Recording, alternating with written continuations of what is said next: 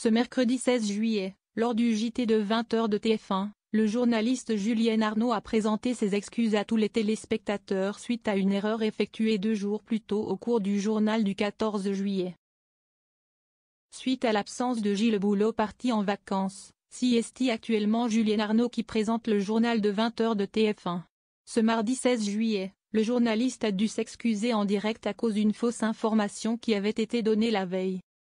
Un reportage retraçait les faits d'une tuerie sanglante survenue le week-end du 13-14 de juillet à Espinasse-Vozelle dans l'Allier, durant lequel un homme a abattu 3 personnes avant de se donner la mort.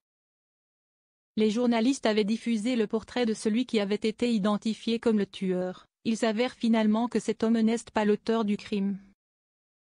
Une inexactitude malheureuse puisque l'individu dont la photo a été diffusée est complètement innocent et encore en vie.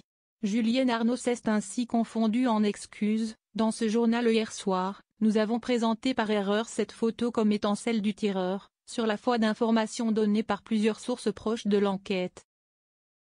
Il s'agit en fait d'un homme qui n'est en rien lié à cette affaire et qui est évidemment bien vivant. Nous lui présentons évidemment toutes nos excuses, ainsi qu'à vous téléspectateurs.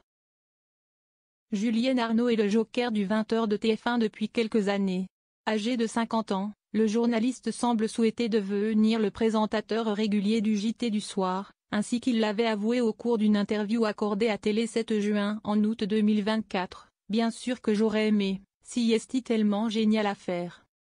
On bosse avec des équipes super, on parle à 6 millions de personnes et on a les moyens de réaliser de beaux reportages. Si on met bout à bout toutes mes périodes de remplacement, cela représente 3 mois de présentation de JT. Quand j'arrête j'ai un gros pincement au cœur. Julien Arnaud est un ancien bègue, son métier lui a permis de surmonter ce trouble de la parole.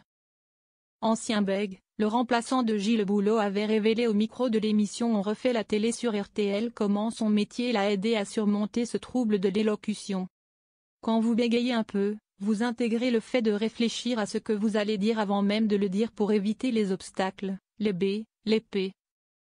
On anticipe, car ça permet de mieux mesurer son débit de parole, de mieux se concentrer sur ce qu'on va dire, d'avoir toujours un temps d'avance, et ça, quand on parle à un micro, je pense que si est quelque chose qui aide beaucoup, avait-il confié.